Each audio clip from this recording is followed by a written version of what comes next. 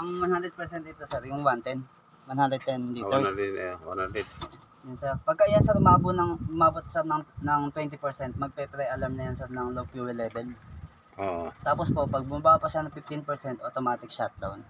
Mas maganda sir kung mga 40 hanggang 30% magkarga na kayo para Karga na ng fuel. Opo. Hindi talaga siya totally zero, no? Opo, hindi po zero. Kasi kaya po hindi sinisiro kasi may protection sa sir para hindi na siya magkaroon ng airlock yung maubos pa yung laman. Para hindi na magbibleed. Mag-choke tayo dyan. Oo, magbibleed kayo nun pagka ganun sir. Oo. Yes sir, basta lagi po, bago magpaandar, check muna ng oil, water, tsaka diesel. Tapos sir, every week run test lang kayo. Run test lang sir, without load. Oo. Mga 5 to 10 minutes lang 5 po. to 10 minutes naman talaga. Opo. Pagka ang operation kasi niyan kasi sir, naka-auto, nakalagay sa auto niya. Auto. So kahit hating gabi kung burn out, hindi tayo makaistorbo ng kawit bahay, no? Hindi tayo mabato ng buti, no? Depende yun sir kung malaki. Hindi, tahimik yan, no? Ganyan. Matisting natin ngayon yan.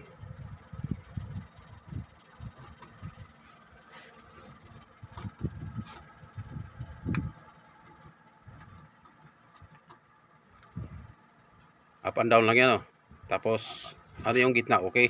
Ito sir, Check. pagka mag-ano yan sir, magsiset ng parameters kahit po anong pindutin nyo dito, wag lang to sir, baka mabago po yung Oo, mabago lang yung kuhan. yan sir, ganyan po yung ano yan. Nakasetting auto. Alam mo kung i-manual natin. Pagka magpapaandar po kayo, yan po, naka-auto, tapos ganito sir yan. Nakaangat yun lagi. Nakalagi lagi, oh. Tapos, si ATS, yan sir, naka-auto yan lahat.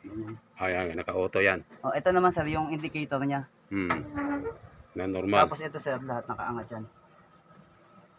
Yan. Nakaangat yan sir. Nakaangat Yan, ganyan po lahat yan. Ngayon sir, pagka halimbawa, hindi naman laging brownout dito sa atin. Ano setting ng ano? Lapo, Itong timer kasi baka may makating kamay ba na ikot-ikutin niya. Sir, yan yung timer niya kung pwedeng tumaas, pwedeng bumaba. Kasi para makita natin kung ano setting.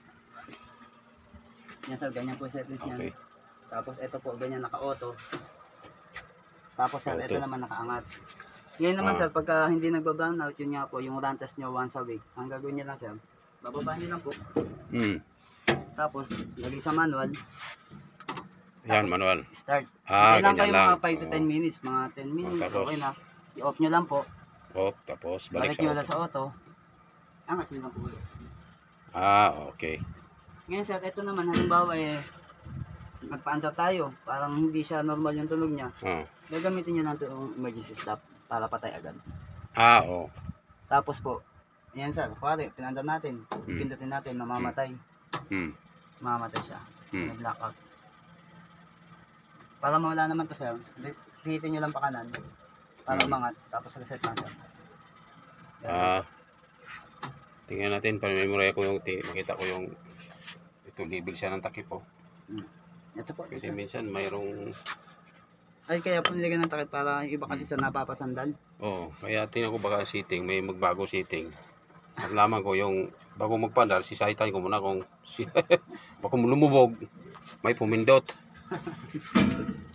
Alam mo na yung wow mali Maganda naman sir, mag-a-alarm yan. Naka-alarm. High-tech pala to, no? Tapos hindi siya mag-i-start. Lahat ng alarm niya sir by words, hindi sa icon.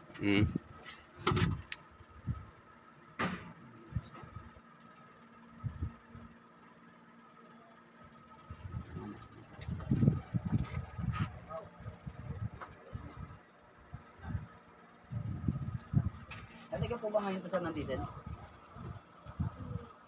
Anong karga dyan? Full tank? Marami po, Full tank natin. Sige sir. Dami natin diesel Sige sir. Mas mahina. Kasama yung ano? Sir, parang hindi na tayo magtanggal.